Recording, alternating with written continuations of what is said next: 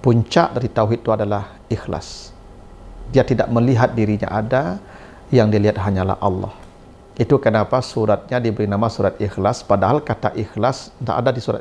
Mengurai rahasia Al-Quran melalui makna dan mabna.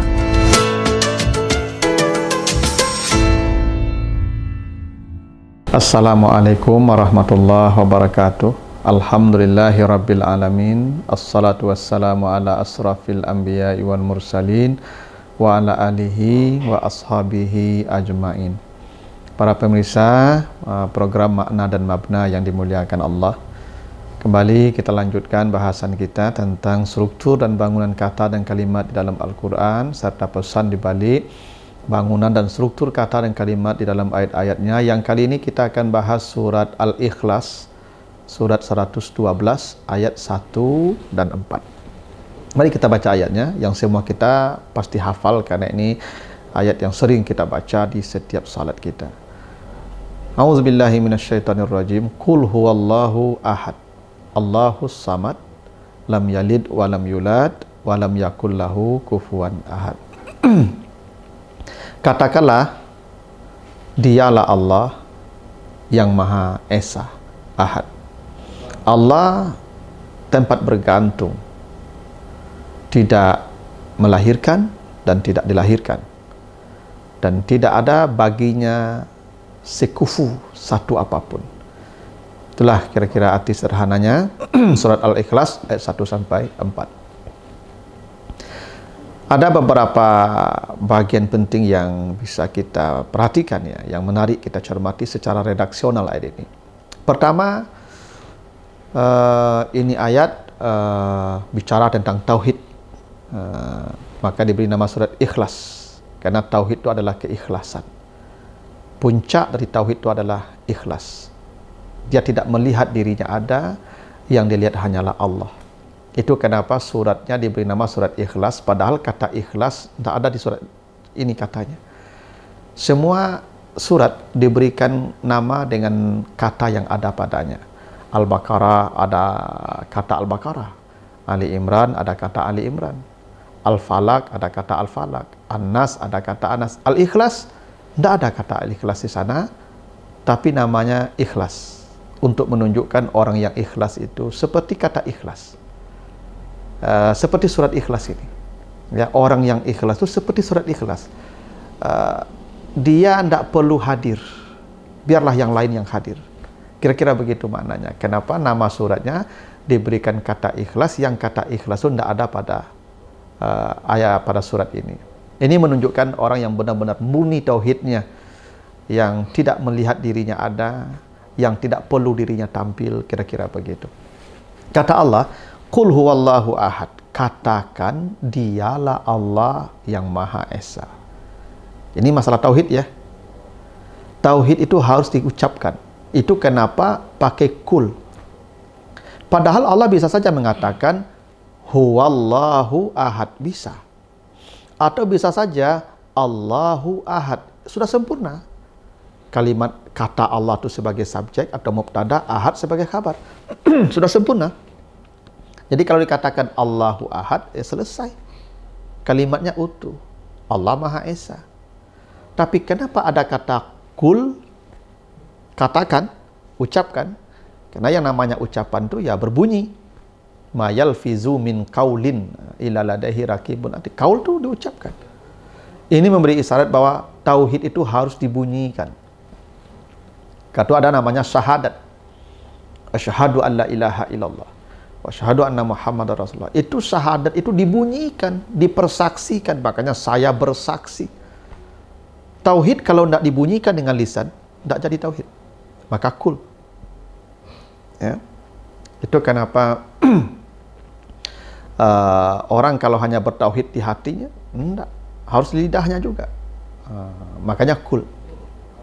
Lalu ada kata huwa. Huwa itu namanya damir sa'an. Damir ini tidak ada pula, tidak ada tempat kembalinya. Karena setiap damir itu ada tempat kembali. Muhammad yajlis, Muhammad duduk, huwa yakul, dia makan. Huwa itu siapa? Muhammad. Kenapa ada huwa? Karena ada Muhammad yang tempat kembalinya. Itu sifat damir kata ganti begitu. Huwallah, tidak ada tempat kembalinya. Namanya damir sya'an untuk menunjukkan makna keagungan.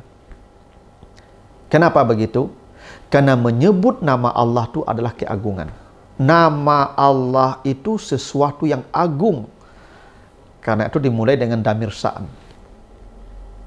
Makanya Nabi pernah berkata, kiamat tidak akan terjadi selama ada di muka bumi orang yang menyebut Allah, Allah, Allah. Begitu agungnya nama Allah itu. Kiamat pun ditunda Allah. Kalau masih ada yang mengatakan Allah. Kenapa damirnya ada damir sya'an? Kata Allah itu agung. Dulu Fir'aun sebelum tenggelam, nanti baca di surat Yunus ayat 90. Fir'aun itu sebelum tenggelam, dia itu beriman. Cuman keimanan Fir'aun itu ditolak. Kenapa keimanan Fir'aun ditolak? Karena dia tidak mau mengatakan lafaz Allah. Perhatikan surat Yunus 90 itu. Apa kata Fir'aun ketika hendak tenggelam? Amantu annahu la ilaha illa allazi amanat bihi banu Israel. Saya beriman tidak ada Tuhan kecuali yang diimani Bani Israel. Andai Fir'aun berkata amantu annahu la ilaha illallah, Fir'aun mungkin ke surga. Kenapa? Karena lafaz Allah yang maha agung. Sayang Fir'aun tidak mau menyebut Allah. Ini menunjukkan bahwa kata Allah itu adalah kata yang paling agung. Karena itu dimulai dengan damir sya'an. Kul huwa Allah. Dan Allah menyebut sifatnya dengan ahad. Ahad, satu. Selain ahad, ada kata wahid. Apa bedanya ahad dan wahid? Kalau wahid melahirkan dua, tiga. Itu kenapa kalau kita berhitung, wahid, isnan, salasah. Satu, dua, tiga. Karena wahid akan melahirkan isnan, salasah. Tetapi ahad tidak melahirkan dua dan tiga. Ahad tidak bilangan. Nah, kalau ada nama hari ahad, bukan bilangan, nama. Makanya setelah ahad, ya, isnain itu bukan bilangan, nama. Sulasa bukan bilangan, nama. Makanya arbi'ah bukan arba'ah, nama. Makanya khamis bukan khamsah, nama. Makanya jum'ah bukan sittah. Makanya sabtu bukan sabi, bukan sab'ah. Karena kata ahad tidak melahirkan bilangan 2 dan 3. Wahid melahirkan 2, 3. Karena konteksnya Allah itu esa, lam yalid wa lam yulad, tidak melahirkan apa-apa, maka sifatnya ahad di ayat ini, bukan wahid. Karena konteks ayatnya konteks tauhid, yang mana Allah lam yalid, tidak melahirkan, karena kata ahad tidak melahirkan 2, 3. Tapi kata wahid akan melahirkan 2, 3. Itu kenapa sifat Allah di ayat ini bukan kul huwallahu al-wahid, tapi kul huwallahu ahad. Karena ahad bukan bilangan. Dia tidak melahirkan bilangan yang lain. Kalau wahid melahirkan bilangan-bilangan yang lain. Karena konteksnya lam yalid. Pas dengan konteksnya pilihan kata di sini. Allahus samad. Allah samad. Samad itu sesuatu yang padu. Sesuatu yang padu, yang tidak ada yang masuk padanya, yang tidak ada yang keluar darinya. Dan ini menunjukkan stabil. Sesuatu yang stabil, dia tidak membutuhkan tambahan, tidak butuh pengurangan. Stabil. Karena itu dijadikan, ya, diterjemahkan tempat bergantung. Karena kita baru bisa bergantung kalau benda itu stabil. Kalau dia tidak stabil, bagaimana kita bergantung? Sesuatu yang tidak ada yang masuk padanya, artinya dia tidak butuh penambahan. Tidak ada yang keluar darinya, dia tidak butuh pengurangan. Maka itu disebut samad. Dan Allah punya sifat samad. Tidak ada yang masuk dari Allah, tidak ada yang keluar dari Allah. Itu kenapa? Lam yalid, yalid itu keluar darinya. Yulad, masuk padanya. Karena itulah Allah disebut dengan sifat samad, tempat bergantung. Karena yang bergantung itu adalah yang sempurna, yang tidak membutuhkan tambahan ataupun pengurangan. Samad. Nah, Lam yalid wa lam yulad. Tidak melahirkan dan tidak dilahirkan. Lam itu nafi untuk mati, masa lalu. Kalau saya katakan lam yajlis atau lam yahdur, dia belum hadir, yang dinafikannya masa lalu. Tapi mungkin setelah ini dia hadir. Itu lam. Kalau la, itu nafinya sekarang. La yahdur berarti dia sekarang tidak hadir. Mungkin kemarin hadir. Kalau lan, nafinya dari sekarang sampai akan datang. Istimrar, istiqbal. Lan yahdura. Itu sampai kapanpun di masa depan. Jadi ketika dikatakan lam yalid wa lam yulad, nafinya di masa lalu, Allah tidak melahirkan, tidak dilahirkan, berarti ke depannya Allah melahirkan. Tidak. Karena ungkapan ayat ini terkait dengan jawaban terhadap klaim orang-orang Yahudi dan Nasrani. Di At-Taubah 30 kata Allah, wa qalatil yahud Uzair ibnullah. Orang Yahudi berkata Uzair itu anak Allah. Mereka sudah mengatakan itu, Uzair anak Allah. Wa qalatin nasara al-masih ibnullah. Orang Nasrani berkata Al-Masih anak Allah. Dan ayat ini menjawab lam yalid wa lam yulad. Tidak. Allah tidak punya anak. Allah tidak melahirkan ya di masa ini, membantah klaim di masa lalu. Di surah Al-Isra 40, wattakhaza minal malaikati inasan. Orang Arab dulu menjadikan para malaikat anak Allah. Jadi klaim ini sudah terjadi. Karena ini klaim yang sudah terjadi dibantah dengan klaim yang masa lalu juga. Lam yalid wa lam yulad bukan berarti di masa depan Allah akan punya anak. Jadi harus ditempatkan pada konteksnya. Ada hal yang menarik. Jadi lam yalid, Allah tidak melahirkan. Yalid, ya, yalid. Kata yalid itu artinya Allah tidak melahirkan. Itu satu-satunya kata yang berharkat kasrah. Coba baca ya. Kul, tidak ada kasrah. Huwa, tidak ada kasrah. Allah, tidak ada kasrah. Ahad, tidak ada kasrah. Allahu, tidak ada kasrah. As-samad, tidak ada kasrah. Lam, tidak ada kasrah. Lam, walam, tidak ada kasrah. Yulad, tidak ada kasrah. Walam, tidak ada kasrah. Yakun, tidak ada kasrah. Lahu, tidak ada kasrah. Kufuwan, tidak ada kasrah. Ahad, tidak ada kasrah. Satu-satunya yang harkat kasrah, yalid. Lam, yalid. Itu kasrah linya. Lam, yalid. Kasrah itu artinya pecah. Pecah. Sesuatu yang pecah maka akan keluar darinya. Karena ini negasinya lam yalid, tidak ada yang keluar darinya, tidak ada yang lahir, dia tidak melahirkan sesuatu, maka negasinya pada kata yalid itu dikasrahkan. Tidak ada yang pecah dari Allah, lam yalid. Tidak ada yang kasrah dari Allah, lam yalid. Ya. Allah tidak kasrah, tidak pecah. Karena kalau pecah lahir dari dia sesuatu. Kan kalau misalnya botol pecah kan keluar air kan, batu pecah keluar air kan, semua yang pecah akan mengeluarkan sesuatu. Lam yalid, makanya dinegasikan tidak ada yang kasrah dari Allah, tidak ada yang pecah. Dan yalid itu berada pada pertengahan. Coba penggalan katanya kalau kita hitung, yalid itu pada hitungan ke-8 dari depan dari belakang. Kul, huwa, Allah, ahad, Allah, as-samad, lam. Yalid ke-8. Yalid ke-8. Walam yulad, walam yakun lahu kufuwan ahad. Jadi yalid ini berada di tengah potongan kata. Dari depan dia pada titik ke-8. Setelah kata yalid itu ada pula 7 kata.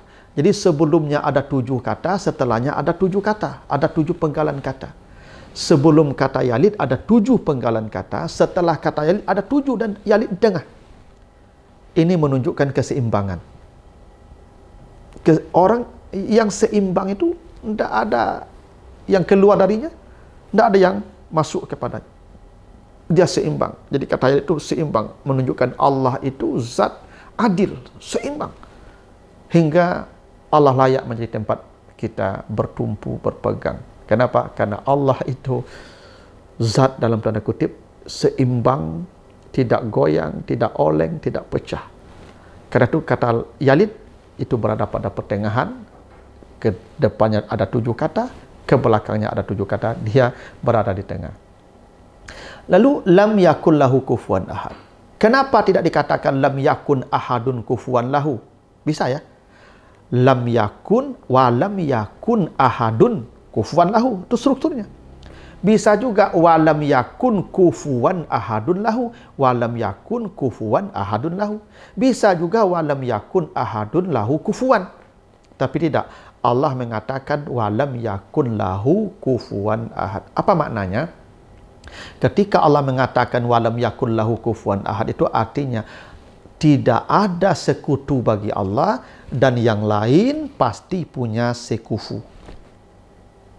Tidak ada sekufu tandingan Allah dan yang lain pasti punya tandingan.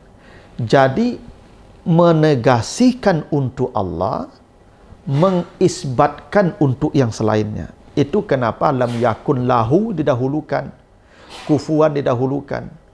Bukan dalam bentuk yang normal. Walam yakun ahadun kufuan lahu. Walam yakun ahadun lahu kufuan. Bisa. Cuman kalau kalimatnya walam yakun ahadun kufuwan lahu, memang tidak ada sekufu bagi Allah, tapi bisa jadi yang lain tidak punya sekufu juga. Tapi ketika dikatakan walam yakun lahu kufuwan ahad, Allah tidak punya sekufu, tidak punya tandingan, yang lain pasti punya tandingan.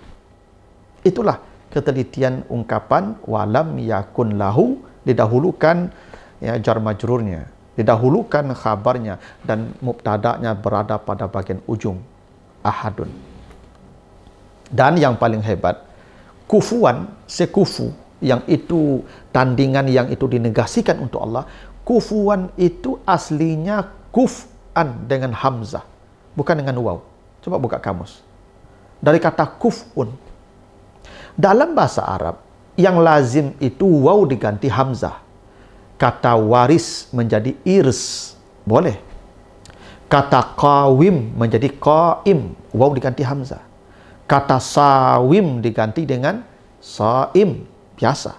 Tapi hamzah diganti waw, kuf'un menjadi kuf'an, itu tidak pernah ada tandingannya. Tidak ada pernah ada aturannya. Allah saking tidak punya sekufu, tidak punya tandingan, kata kufuan pun tidak ada bandingannya dalam struktur bahasa Arab. Begitulah hebatnya tauhid. Benar-benar kemurnian tauhid diajarkan di surat ini. Mudah-mudahan bisa dipahami. Lebih kurang mohon maaf. Wassalamualaikum warahmatullahi wabarakatuh.